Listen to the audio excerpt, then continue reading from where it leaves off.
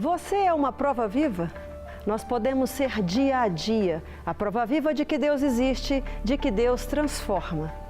O que Deus fez na sua vida? O que Deus faz? Se é prova viva, está aqui no nosso programa que começa agora e vai levar até você uma história que revela o poder de Deus em nós.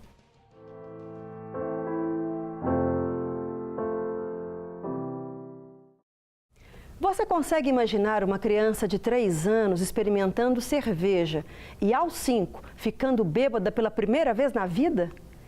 Difícil até de imaginar, não é mesmo? Mas não termina aí. Essa mesma criança crescendo, se tornando adulta, com histórico de depressão, tentativa de suicídio e rejeição. Tem jeito de piorar? Tem. Como? Com o dia a dia no tráfico de drogas e envolvimento em brigas de gangue. Este é o resumo da vida da pastora Carolina Lacerda, que está aqui para contar essa história. É prova viva, pessoal. Ei, Carolina, seja muito bem-vinda ao programa Prova Viva. Obrigada. Com esse resumo de história aí, realmente já dá para imaginar o que você vai compartilhar conosco neste programa. É prova viva mesmo, né? Você, do poder de Deus, não é isso? Com certeza. Fique à vontade no nosso meio. Eu gostaria então que você iniciasse mesmo compartilhando um pouco da sua história e de como foi esse percurso todo até aqui. Eu nasci num lar, evidentemente não era cristão. Nós passamos por muitas dificuldades e por isso nós perdemos tudo e fomos morar em vários lares, várias casas de favor. E aí tudo começou porque quando você mora na casa de favor das pessoas, você fica sujeito às ordens, às características daquela casa, daquelas pessoas. E aí acaba que mesmo que as pessoas não tenham más intenções, você sofre certos abusos físicos, emocionais, uma pressão psicológica muito grande, porque você não tem liberdade para beber uma água, você não tem liberdade para ir no banheiro. Tudo que você faz, você fica pensando, será que isso vai me incomodar, as pessoas da casa? Se eu rir um pouquinho alto, será que eu incomodei? Então tudo, a hora que você vai acordar, a hora que vai dormir, tudo você tem medo de incomodar as pessoas da casa. Que sensação que você tem ao lembrar disso?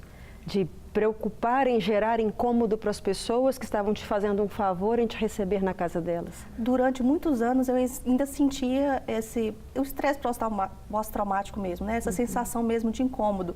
E em tudo tendo que me policiar e realmente ver no que eu estava falando, o que eu estava fazendo, justamente com essa sensação de que eu não tinha a liberdade que na verdade eu tinha na minha própria casa, ou às vezes se eu fosse visitar alguém, eu tinha que pensar assim, não, eu não estou incomodando, eu sou uma visita, eu posso ficar livre, eu posso conversar, eu posso me abrir. E muitas vezes eu ainda tinha essa sensação mesmo de estar incomodando. E era uma pressão psicológica muito grande. E como eu era criança, muito pequena, né, isso eu pensei que não fosse me atingir mais para frente, depois que eu consegui ter a nossa casa, porque foram vários lares.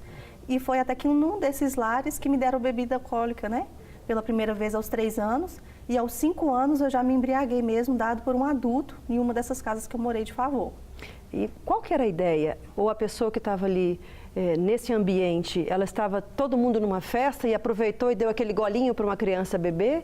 Ou tinha alguma coisa mais específica nisso aí? Que você consegue se lembrar? Também 5 anos é muito pouquinha idade, mas as pessoas falam que eu tenho memória de elefante, porque eu lembro assim de coisas que às vezes eu acho que eu tinha até 2 anos e eu consigo ter alguns relances de lembrança mesmo. Só me faz um parênteses aí. Ter memória boa para essas coisas é bom? É bom no sentido que eu pude escrever. E eu posso relatar de uma forma mais exata. Mas eu já sofri bastante. Mas hoje, graças a Deus, eu consigo lembrar sem sofrer mais, porque houve a cura. Pronto, fechei o parênteses. Volta lá então. Aí, nos 5 anos de idade, você então recebeu de um adulto bebida alcoólica e você ficou embriagada mesmo? Sim, completamente bêbada mesmo, como as pessoas ficam mesmo. E a gente estava morando nessa casa por um tempo. Meu pai tinha saído para procurar um emprego, porque ele estava sempre procurando para tentar conseguir uma casa para a gente. E quando ele chegou para visitar, eu estava totalmente embriagada e a reação dele foi me levar para o quarto e me dar uma surra. E aí eu não entendi, porque eu tinha 5 anos e eu pensei, foi a amiga deles que me deu essa bebida. Eu estou na casa de pessoas que eles parece que confiam, porque me deixaram aqui nessa casa com as pessoas. E então não entendi nada e apanhei e fiquei sem entender. E foi aí a primeira vez que eu me embriaguei mesmo. E essa questão do álcool foi uma coisa que realmente começou a fazer parte da minha vida. Porque toda vez eu usava isso como uma forma de refúgio mesmo, de fuga, né? E aí eu continuei bebendo, depois com 12 anos, de novo eu me embriaguei de uma forma que eu não conseguia nem andar.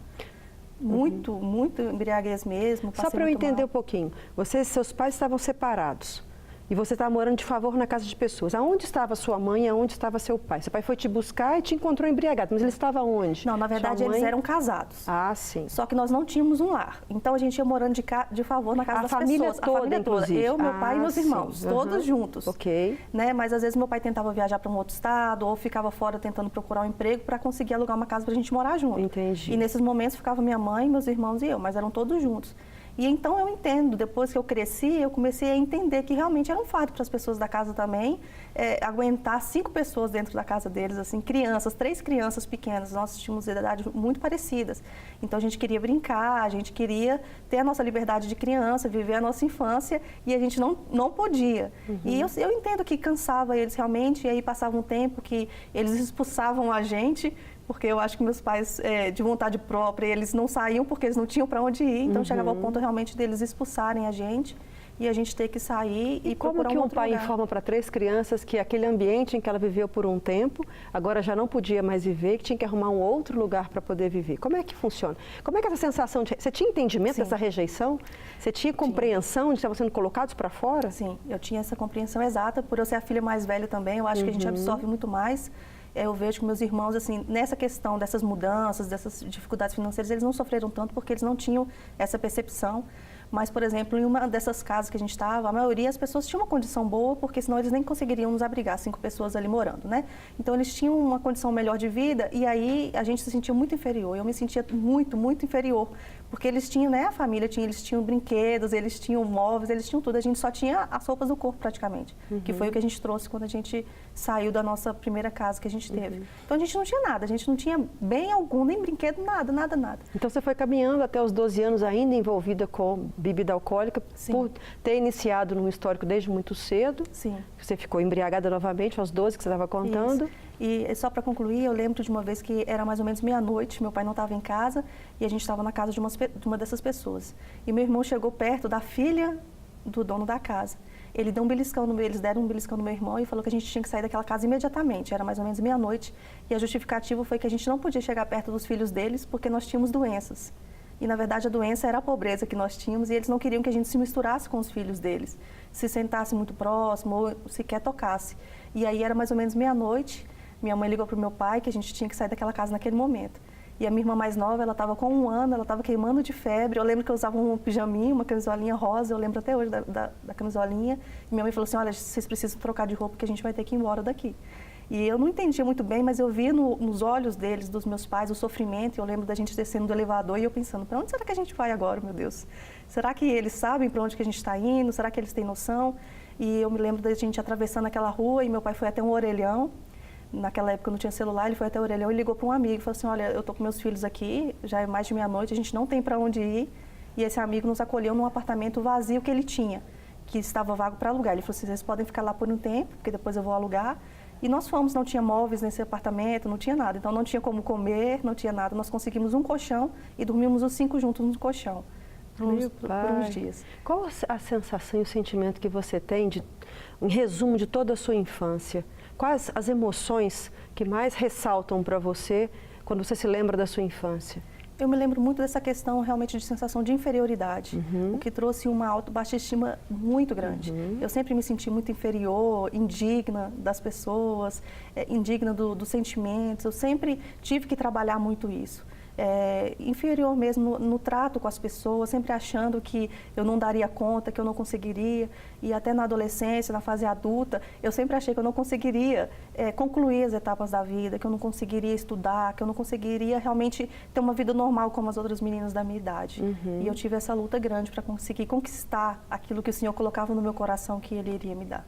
Nessa época você não tinha ainda o entendimento do Senhor Jesus como você tem hoje. Com certeza. Mas na adolescência, o que mais que você vivenciou aí, daquilo até que a gente já descreveu um pouquinho no programa com relação à depressão, a tentativa de suicídio, como é que funcionou isso tudo? Tudo isso nesse mesmo período, nessa mesma época? Sim, não, eu falo assim, minha vida não teve um intervalo de descanso. Meu pai. Foi uma sequência de acontecimentos terríveis e parecia que cada vez estava pior.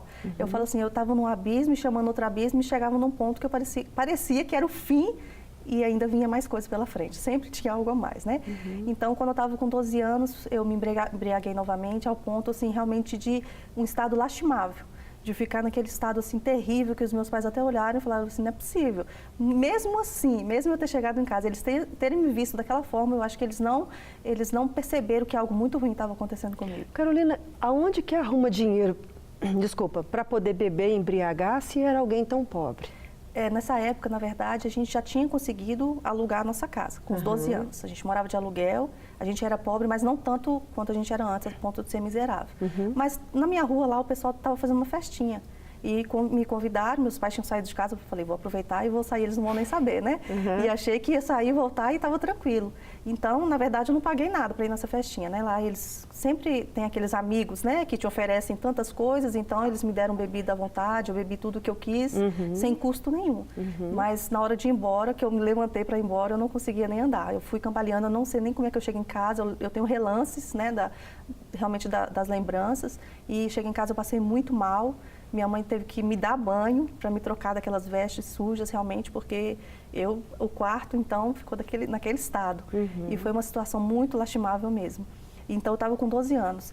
E eu acho que nesse momento que eu me embriaguei dessa forma, no outro dia eu acho que caiu a ficha de que eu pensei, não, a bebida, por mais que eu tente, e por mais que eu bebi tanto hoje, e cheguei no ponto máximo da bebida, a bebida não pode satisfazer, não pode preencher esse vazio do meu coração. Então, a tentativa sua era essa? Isso.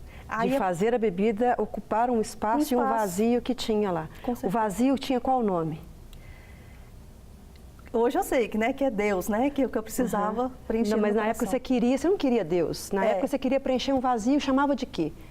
Era felicidade, era alegria, era o que era? Era paz, satisfação? Eu acho que paz. Okay. Eu não tinha paz. A nossa casa vivia assim, era realmente um inferno. Né? E quando eu tinha 10 anos, a gente até não falou sobre isso, quando eu tinha 10 anos, meus pais realmente eles se separaram. E aí começou um inferno dentro de casa mesmo, porque começou uma guerra entre os dois. E aí meu pai tentava evitar ficar dentro de casa para não conviver com minha mãe, já que eles não eram casados. Minha mãe tentava também evitar o contato com meu pai. Então aí começou uma guerra, porque até esse momento, apesar de todas as dificuldades, tudo que a gente passou, a gente era muito unido. Tinha um amor entre nós. Mas a partir dos 10 anos, esse amor se esvaiu. Então tudo que eu tinha era o amor deles. E quando isso foi, para mim, realmente, eu pensei que era o fundo do poço. Dá uma paradinha aí. Porque tudo que você tinha era amor e, de repente, tudo acabou. Tudo acabou. Nós vamos conversar melhor sobre isso. Fique aí comigo, porque tem mais história, mais prova viva do poder de Deus. A gente volta já.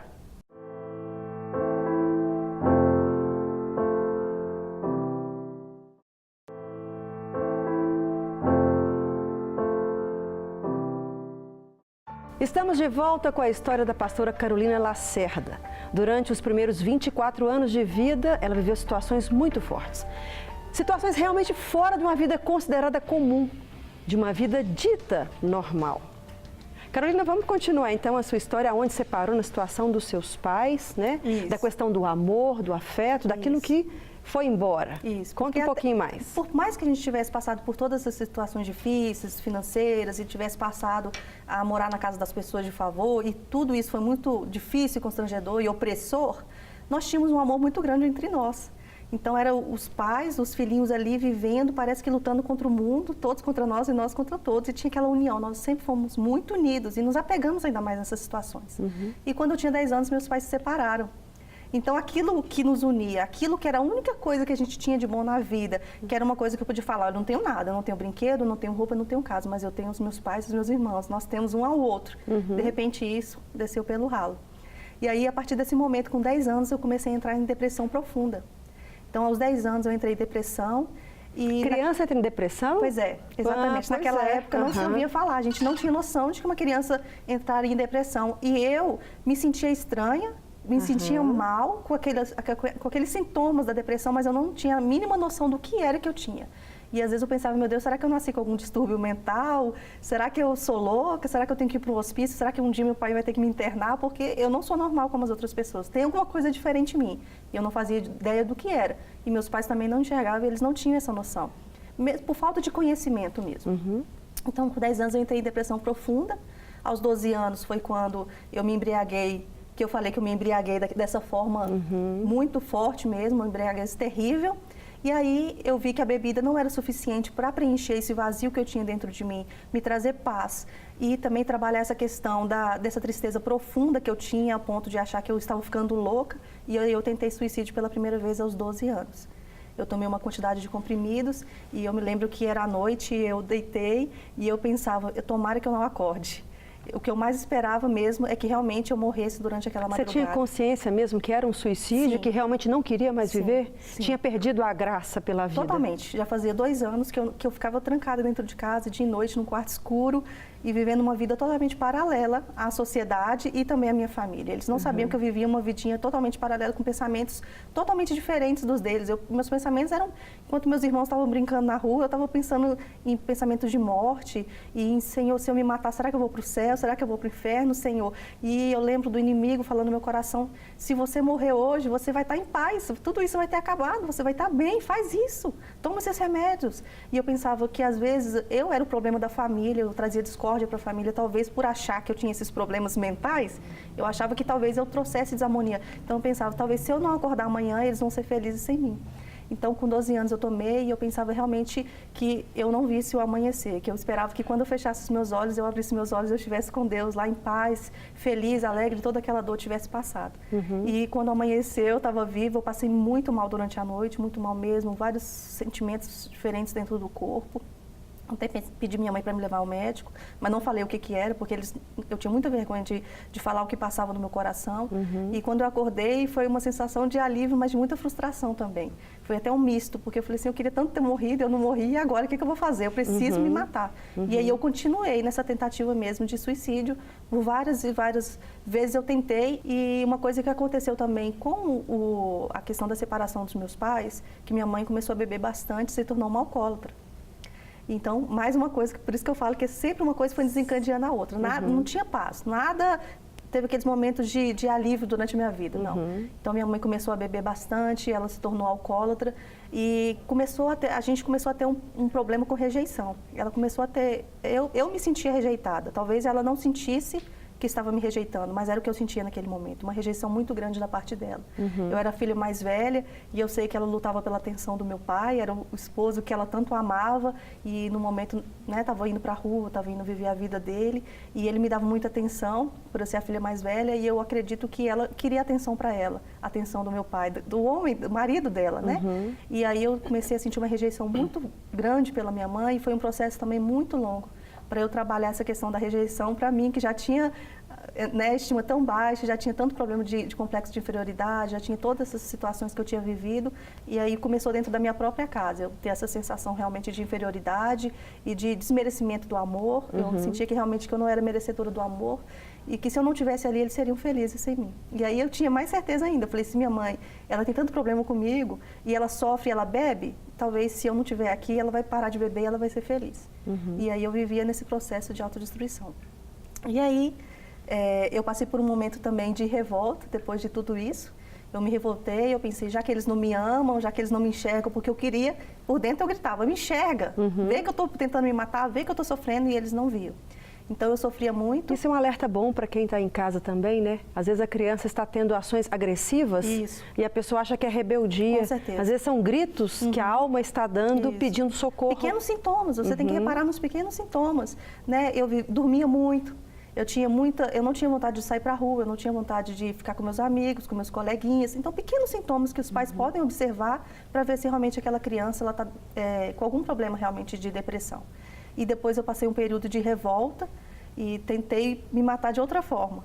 Como eu não conseguia me matar através do suicídio, eu pensei, eu vou entrar para uma vida bem perigosa, que quem sabe em um tiroteio, uma briga de gangue, nessa vida perigosa, quem sabe alguém me mata e vai estar me fazendo um favor, que eu queria. Foi premeditado? Foi tudo premeditado.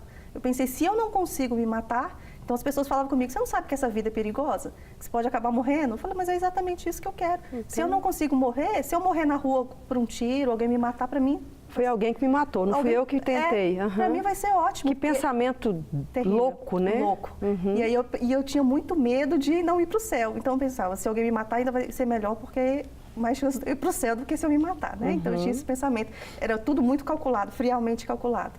Mas graças a Deus eu morava em Brasília e com medo de eu ser assassinada lá, meus pais me mandaram aqui para Belo Horizonte, num ato de desespero.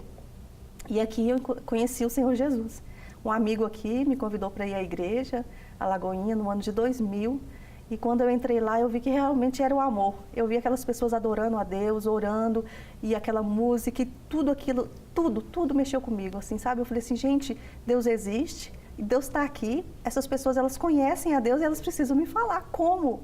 Como elas conseguem conhecer a Deus, como elas conseguem sentir, como elas conseguem ouvir, falar com Deus. Elas precisam me apresentar quem é esse Deus.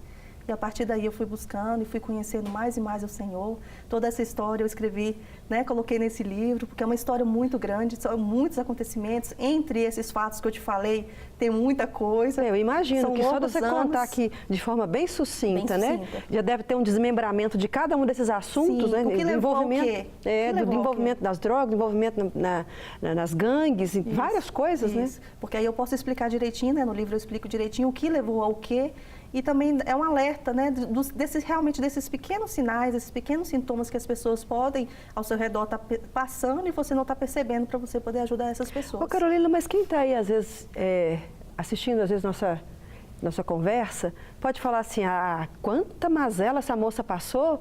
Será que é possível ser curada disso tudo? É possível? Com certeza. O que aconteceu? Ele é poderoso.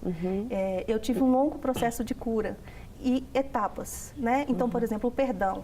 Eu tive que perdoar pessoas que me feriram muito. E eu, assim que eu me converti, eu falei assim, se Deus mora no meu coração agora. O que é interessante é que quando eu passei por esses momentos de rebeldia, eu me senti uma pessoa muito má. Eu falei assim, agora eu sou má, eu não sou mais aquela boazinha que eles rejeitaram, que era desprezada, não, agora eu vou ser uma pessoa muito má. E eu comecei a sentir ódio, e eu quis sentir ódio, e eu tentei sentir ódio, eu busquei, eu falei, preciso ser má. Então, quando eu me converti, eu falei assim, não, agora eu sou amor. Deus é amor, Deus habita dentro de mim. Todo esse ódio, ele tem que sair e eu tenho que refletir amor. Aí eu pensei, eu não posso sentir mágoa, eu não posso sentir raiva, eu preciso perdoar. Porque se o amor de Deus está dentro de mim, eu preciso usar lá amor, eu preciso perdoar.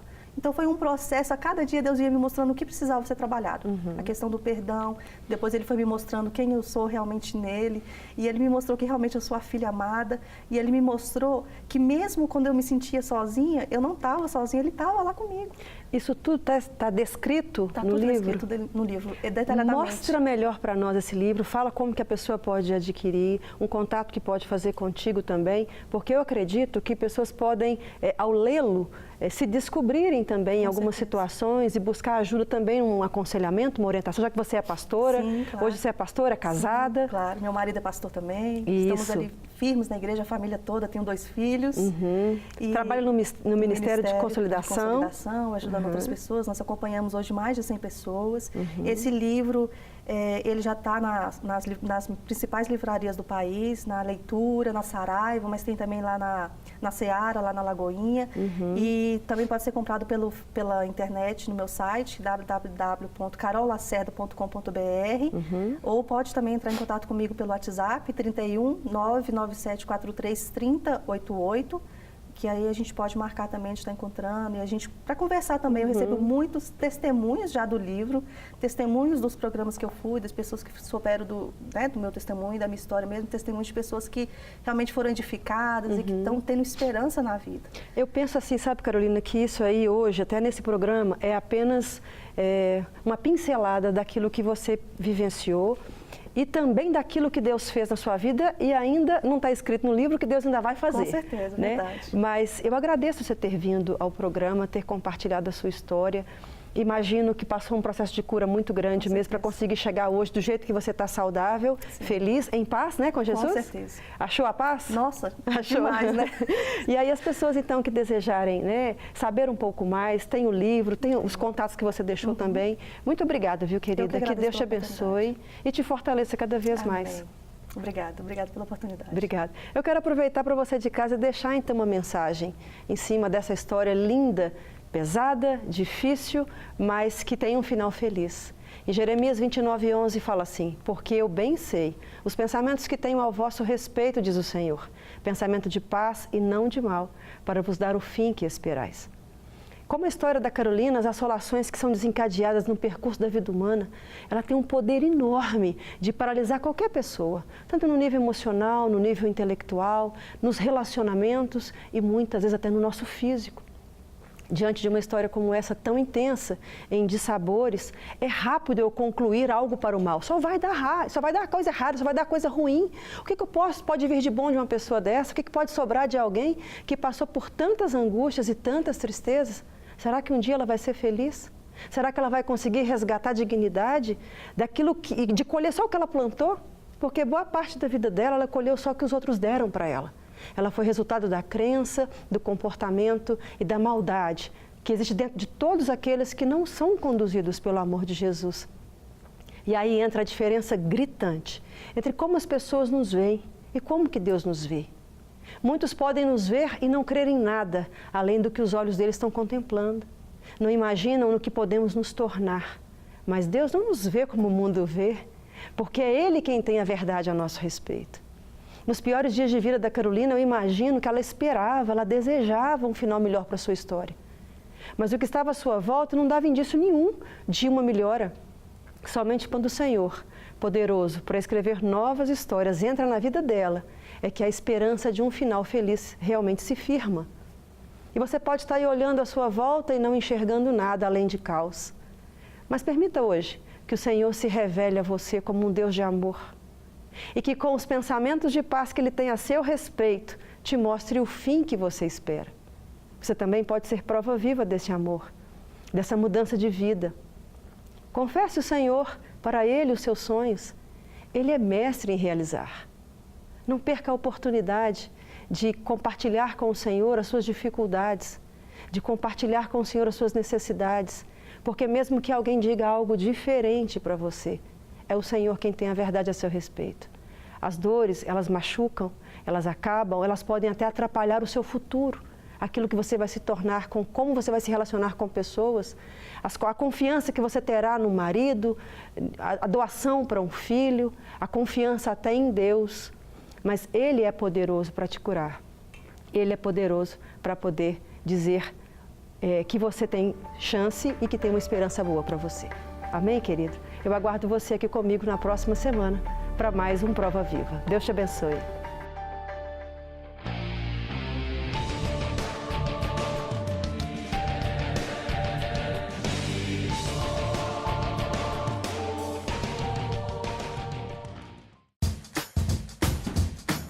Não quer ficar um segundo por fora da nossa programação? Agora você pode nos acompanhar através das plataformas digitais. Queridos amigos e amigas, preciosos irmãos e irmãs, não perca tempo. Acesse, curta e siga-nos. Fique por dentro de tudo o que acontece aqui. Rede Super, inspirando você.